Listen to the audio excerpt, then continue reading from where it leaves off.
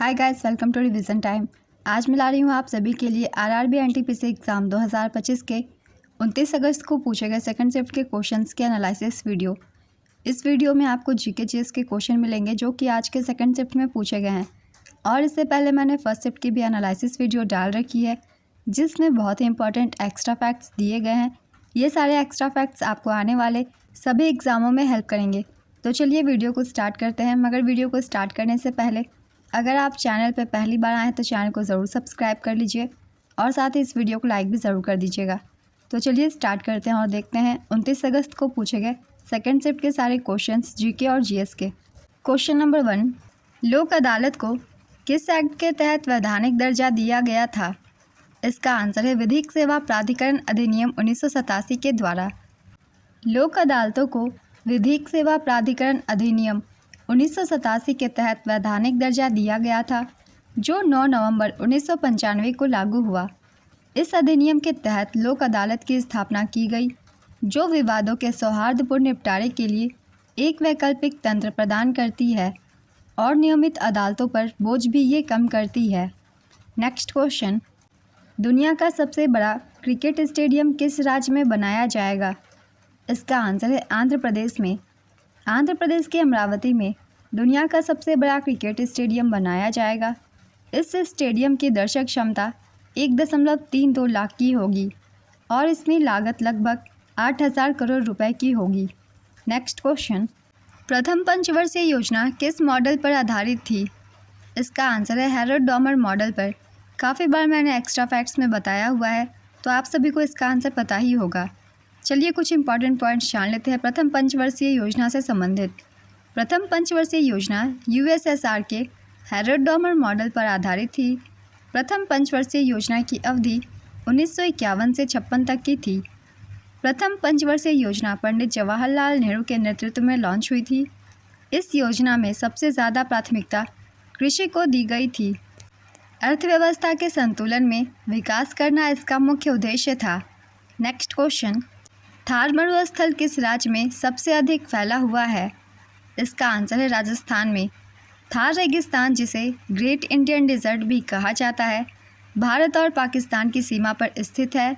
इसका अधिकांश भाग भारत के राजस्थान राज्य में है, लेकिन यह गुजरात, पंजाब और हरियाणा राज्यों में भी फैला हुआ है। पाकिस्तान में यह सिंध और पंजाब प्रांतों में फैला हुआ है। थार रेगिस्तान 2 लाख वर्ग किलोमीटर से अधिक क्षेत्र में फैला हुआ है। इसके सीमाएं पश्चिम में सिंधु नदी के मैदान, उत्तर और उत्तर पूर्व में पंजाब के मैदान, दक्षिण पूर्व में अरावली पर्वतमाला और दक्षिण में कच्छ के रण से लगती है। थार मरुस्थल से बहुत सारे क्वेश्चन पूछे जा रहे हैं तो इन पॉइंट्स को भी आप सब ध्यान में रखिएगा। अगला क्वेश्चन है, पेरिस समझौता कब हुआ था? इसका आंसर है 12 दिसंबर 2015 को। पेरिस समझौता 12 दिसंबर 2015 को पेरिस, फ्रांस में अपनाया गया था, लेकिन यह 4 नवंबर 2016 को लागू हुआ। यह जलवायु परिवर्तन से निपटने के लिए एक कानूनी रूप से बाध्यकारी अंतर्राष्ट्रीय संधि है। नेक्स्ट क्वेश्चन, विश्व सरकार शिखर सम्मेलन 2025 कहाँ आयोजित हुआ था? इसका आंसर है दुबई, संयुक्त अरब अमीरात में। विश्व सरकार शिखर सम्मेलन 2025 का 12वां संस्करण दुबई, यूएई में आयोजित किया गया था। इस वर्ष की थीम है भविष्य की सरकारों को आकार देना।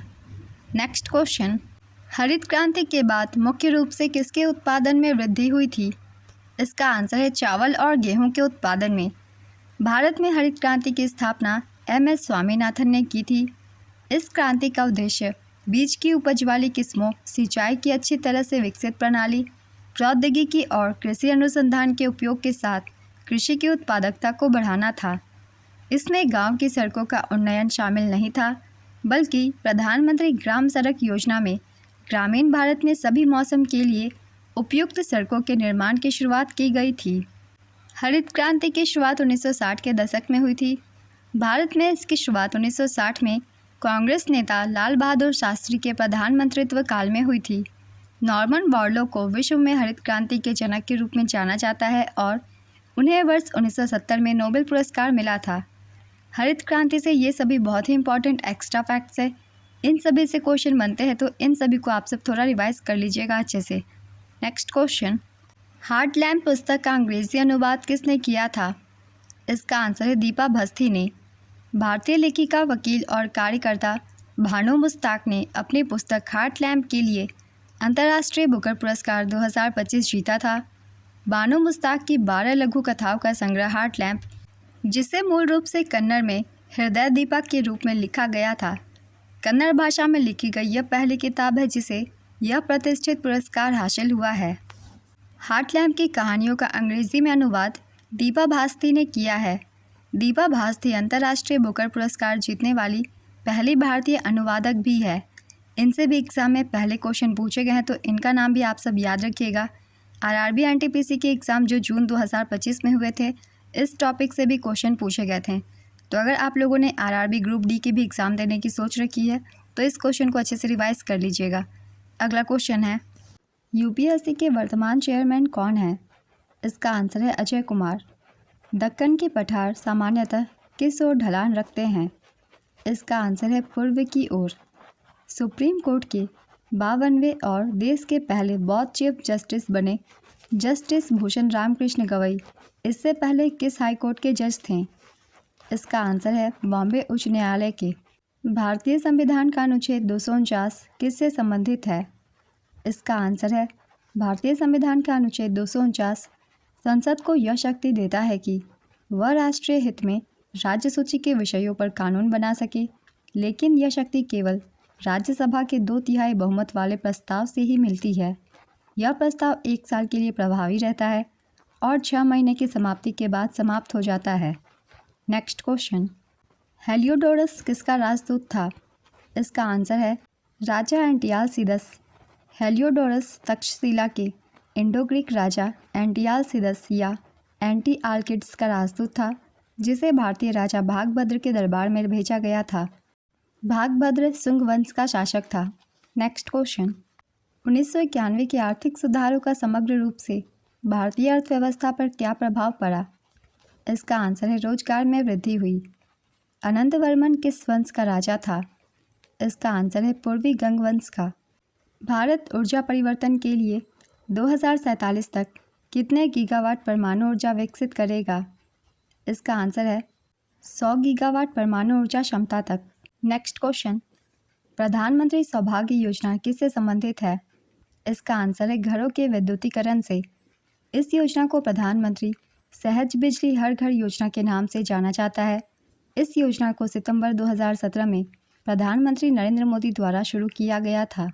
नेक्स्ट क्वेश्चन, भारत की रक्षा बजट 2047 तक कितना हो जाएगा? इसका आंसर है CII और KPMG की रिपोर्ट के अनुसार भारत का रक्षा बजट 2047 तक बढ़कर 31.7 लाख करोड़ रुपए हो सकता है। नेक्स्ट क्वेश्चन, pH2 वाला घोल pH4 वाले घोल से कितना गुना अधिक अम्लीय होगा? इसका आंसर है 100 गुना अधिक अम्लीय होगा। चतुर्थक क्षेत्र के मुख्य तत्व क्या हैं? इसका आंसर है सूचना प्रौद्योगिकी, मीडिया, अनुसंधान और विकास। तो आज की एनालिसिस वीडियो कंप्लीट होती है। सेकंड शिफ्ट के सारे क्वेश्चंस थे GK GS के। अगर आप सभी को ये वीडियो हेल्पफुल लगे तो इसे लाइक ज़रूर कर दीजिएगा। इस तरीके की कम टाइम की एनालिसिस वीडियो के लिए चैनल को भी ज़रूर सब्सक्राइब कर लीजिए। फिर मिलते हैं अगली वीडियो के साथ। आप सभी को आने वाले एग्जाम्स के लिए ऑल द बेस्ट।